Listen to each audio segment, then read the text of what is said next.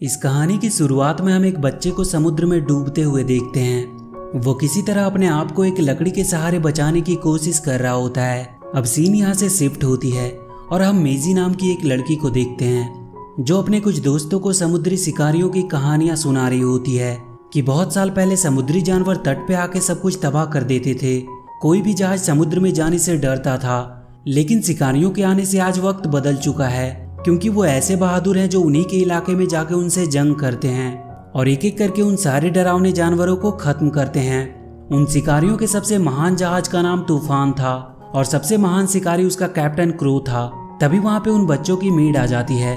वो उन सबको जल्दी से चुपचाप सो जाने को कहती है। मेड के वहाँ से चले जाने के बाद मेजी चुपके से वहाँ से भाग जाती है और अगले सीन में हम तूफान जहाज को देखते हैं और वहीं हम उस जहाज के कैप्टन क्रो को भी देखते हैं। उसके साथ जेकब भी होता है। जेकब वही बच्चा था जिसे हमने कहानी की शुरुआत में पानी में डूबते हुए देखा था। उसे उस दिन कैप्टन क्रो ने बचा लिया था और तब से लेकर आज तक वो उसी के साथ रहता है और उन समुद्री जानवरों का शिकार करता है। और आज वो लोग समुद्र के सबसे बड़े जानवर रेड ब्लस्टर को मारने आए थे। कुछ दूर पे उन्हें रेड ब्लस्टर के होने का एहसास होता है क्योंकि उसके ऊपर बहुत से परिंदे मंडरा रहे थे। वहाँ कैप्टन की सबसे वफादार दोस्त सारा आती है जो उन्हें बताती है कि वो रम पेपर आइलैंड को पार कर चुके हैं और उनका जहाज अब ड्रैगमो सी की तरफ बढ़ रहा है। पर तभी उन्हें वहां से कुछ दूर पे अपने साथी शिकारी का एक जहाज दिखाई देता है और शायद उस पे समुद्री जानवर ने हमला किया था, जिसकी वजह से वो डूबने वाला होता है। पर कैप्टन क्रो उनकी मदद करने के चक्कर में अपने शिकार रेड ब्लस्टर को छोड़ना नहीं चाहता था, इसीलिए वो उन्हें आगे बढ़ते रहने का आदेश देता है। पर जेकब उससे कहता है कि शिकारियों का एक कानून है कि वो हमेशा एक दूसरे की मदद करेंगे चाहे कुछ भी हो जाए। कैप्टन क्रो उसकी बातें मानकर अपने जहाज को उन शिकारियों की तरफ मोड़ लेने को कहता है और इसके बाद सब उनकी मदद करने के लिए निकल जाते हैं और बहुत जल्द वो उन शिकारियों तक पहुंच भी जाते हैं। वो देखते हैं कि उनके ऊपर एक खतरनाक जानवर ने हमला किया होता है, पर तूफान को आता देख वो जानवर वहां से जाने लगता है और वो जानवर अब तूफान के पीछे ही पड़ा हुआ था। सारे शिकारी अपनी अपनी पोजीशन ले लेते हैं ताकि वो उस जानवर को मार सके। सब उस पे तोपों और गोलियों से हमला करने लगते हैं, पर इन सबका उस पे कोई असर नहीं हो रहा था। वो और तेजी से उनकी तरफ बढ़ने लगता है, पर अचानक से वो पानी के अंदर कहीं गायब हो जाता है। पर तभी अचानक से उनकी शिप के नीचे से वो जानवर बाहर आता है और तूफान पे हमला करने लगता है। वो अपने टेंटिकल से सबको पकड़कर मारने वाला होता है, पर जेकब उन सबको छुड़ाने में उनकी मदद करता है और उसके एक हमले से वो जानवर वापस से पानी में चला जाता है। पर अचानक से उसके एक हमले से जेकब पानी में गिर जाता है। वो किसी तरह से अपने आप को उससे बचाने की कोशिश कर रहा होता है। तभी कैप्टन क्रो एक बड़े से भाले को लेकर उसकी गर्दन पे वार करता है, जिसकी वजह से वो वहीं मारा जाता है।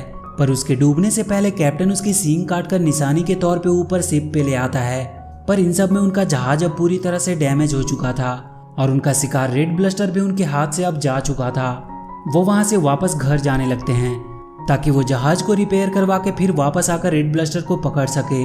रात में कैप्टन जेकब से बात करता है और कहता है कि उसने इस जहाज के साथ बहुत सी लड़ाइयाँ लड़ी है, पर इस जहाज ने कभी उसे धोखा नहीं दिया। और उसके जाने के बाद वो जेकब को उस जहाज का कैप्टन बनने को कहता है। जेकब उससे कहता है कि वो अपनी जान पे खेलकर इस जहाज की हिफाजत करेगा।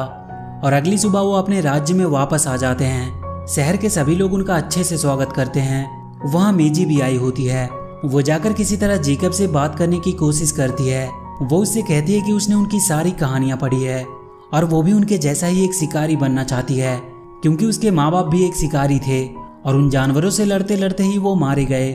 वो भी जेकब के साथ ही उसके जहाज पे जाना चाहती थी, पर जेकब उसे ये बोल के मना कर देता है।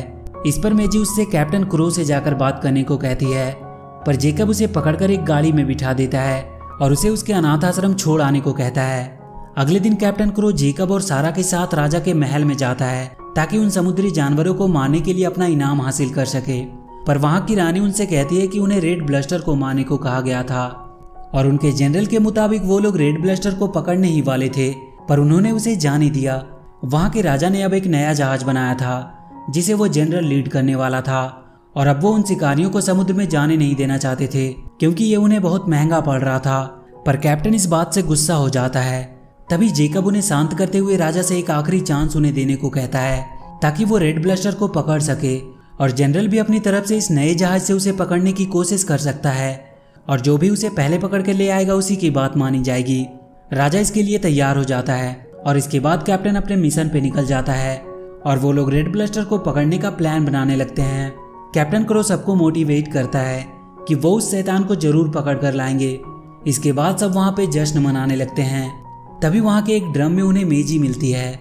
उसकी बातें सुन के कैप्टन उससे इम्प्रेस होता है और सारा को उसे यहाँ के तौर तरीके सिखाने को कहता है। सारा उसे एक कमरे में ले जाकर सोने को कहती है और उसे एक छोटी सी चाकू भी देती है ताकि जब कभी जरूरत हो तो वो उसका इस्तेमाल कर सके। उनका जहाज अब काफी दूर आ चुका था और वहीं उन्हें रेड ब्लस्टर के आने का एहसास होता है। वो सब उस पर हमला करने की तैयारियां करने लगते हैं। उन सबको अब रेड ब्लस्टर अपनी ओर आता हुआ दिखाई दे रहा था और तभी वो अचानक से उन पे हमला कर देता है। सारे शिकारी उस पे भाले से हमला करने लगते हैं, जिसकी वजह से उनका जहाज उसके साथ अटैच हो जाता है और अब उनका जहाज रेड ब्लस्टर के बिल्कुल पीछे पीछे जा रहा था। वो रेड ब्लस्टर एक जगह पे पहुंचकर गोल गोल घूमने लगता है और जहाज को पानी के अंदर खींचने लगता है। जेकब कैप्टन से रस्सी को काट देने को कहता है क्योंकि वो लोग डूबने वाले होते हैं, पर कैप्टन ऐसा करने के लिए तैयार नहीं होता है और वो उस पर अपने भाले से हमला करने ही वाला होता है कि तभी मेजी वहाँ की रस्सी को काटने लगती है, जिसकी वजह से वो डिसबैलेंस हो जाता है। वो जेकब से मेजी को रोकने को कहता है, लेकिन जेकब भी देखता है कि उनके लोगों की जान खतरे में है, इसीलिए वो उसे रोकता नहीं है और रस्सी के कटते ही जहाज सीधी हो जाती है। पर जेकब और मेजी दोनों ही पानी में गिर जाते हैं। वो दोनों एक छोटी बोट पे सवार हो जाते हैं। कैप्टन गुस्से में जेकब को मेजी को उसके पास लाने को कहता है। तभी उनके नीचे से रेड ब्लस्टर निकलता है और उनको बोट के साथ ही निकलकर वहां से पानी के अंदर चला जाता है। अगले सीन में हम देखते हैं कि जेकब और मेजी उस जानवर के मुंह के अंदर बिल्कुल सुरक्षित होते हैं और उन्हें समझ नहीं आ रहा होता है कि उनके साथ क्या होने वाला है।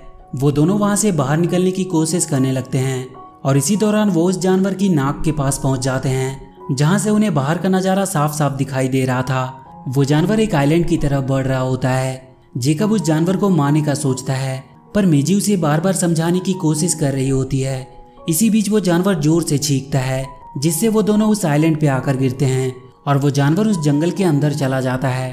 रात में वो दोनों वहीं छुपकर आराम करते हैं। इधर कैप्टन क्रो बहुत गुस्सा होता है क्योंकि उसके हाथ से आया हुआ शिकार चला गया था और उनका जहाज भी अब बहुत डैमेज हो चुका था। कैप्टन सारा को जहाज मुकेश आइलैंड की तरफ मोड़ देने को कहता है। सुबह जब मेजी उठती है तो उसे वहां पर ब्लू कलर का एक छोटा सा जानवर दिखाई देता है। वो उसके पीछे जाती है क्योंकि वो उसे बहुत क्यूट लग रहा था। वो उसे अपनी गोद में उठा लेती है और उसका नाम ब्लू रखती है। तभी उसके पैर के नीचे किसी जानवर का एग आ जाता है और वहां पे वैसे बहुत सारे एग्स होते हैं। जेकब वहां आकर उसे निकालने की कोशिश करता है और वो उस ब्लू जानवर को उठाकर वहां से दूर फेंक देता है, पर वहां से निकलते हुए जेकब उन सारे एग्स को तोड़ देता है, जिसमें से बहुत सारे पीले पीले जानवर निकलते हैं जो उनके पीछे आने लगते हैं। तभी वहां पे उन सारे जानवरों की माँ आती है और ये दोनों किसी तरह अपने छोटे से बोट पे बैठकर भागने लगते हैं, पर तभी वो देखते हैं कि उनके पीछे से एक बहुत बड़ा सा समुद्री केकड़ा उन पे हमला करता है। वो जेकब को खाने ही वाला होता है कि तभी वहां पर रेड ब्लस्टर आ जाता है, जो उससे लड़कर इन्हें बचाने लगता है, पर रेड ब्लस्टर उसके आगे कमजोर पड़ रहा था। तभी जेकब अपने भाले से उस पर हमला करता है और फिर रेड ब्लस्टर उसे पकड़कर वहां से दूर फेंक देता है। जेकब को मेजी वहां पे कहीं मिल नहीं रही होती है। तभी वो देखता है कि ब्लू मेजी को पानी के बाहर निकाल लाया है।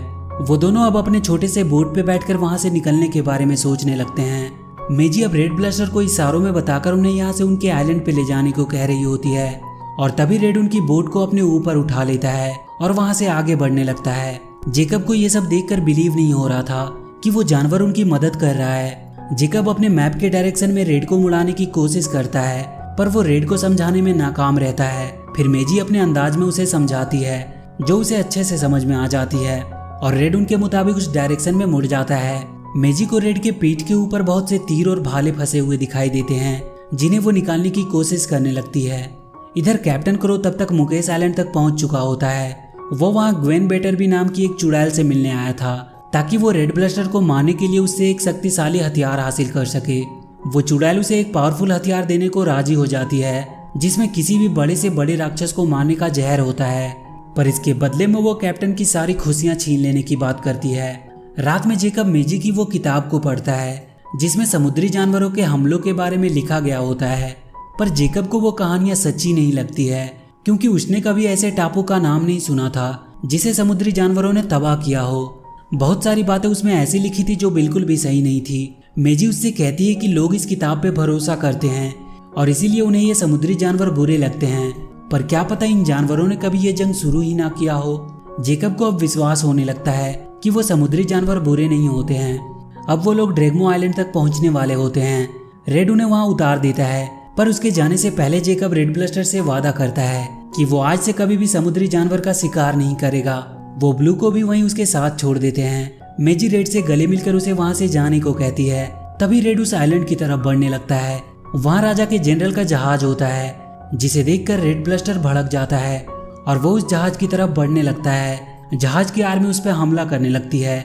जेकब और मेजी रेड को रोकने के लिए उसके पीछे भाग रहे होते हैं, पर इसमें मेजी घायल होकर वहीं गिर जाती है और तभी रेड ब्लस्टर एक ही झटके में उस जहाज के 2 टुकड़े कर देता है और वो जनरल को मारने ही वाला होता है। पर तभी वहां पे कैप्टन क्रो अपने जहाज को लेकर आ जाता है, जिसे देखकर रेड उनकी तरफ बढ़ने लगता है।